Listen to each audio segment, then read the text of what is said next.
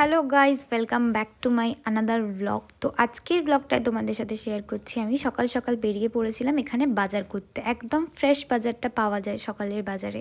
তো এখানে আমি, মা আর বাবার সাথে চলে গেছিলাম বাজার করতে। সারা সপ্তাহের জন্য আমরা একবারেই মানে 2-3 দিনের জন্য একবারে বাজার করে নিয়ে চলে আসি। তো এখানে বিক্রি হচ্ছিল মোয়া। তো মোয়া কেনার পরে মা একটু ট্রাই করে নিল, আর এখানে ঠাকুরের ফুলও নিয়ে নিয়েছিলাম। তারপর আমরা চলে গেছিলাম ব্রেকফাস্ট করতে। তো এখানে আমি ওয়েট করছি, আর সকাল সকাল লুচি আর আলুর দম ব্রেকফাস্টে করে নিয়েছিলাম। এখানে মা শুরু করে দিয়েছে খাওয়া। তারপরে আমরা খাওয়ার পরে বাড়ি চলে এলাম। আর এখানে দেখাচ্ছি আমার বাড়ির গাছে কত রকম ফুল হয়েছে, সেটা তোমরা দেখো খালি।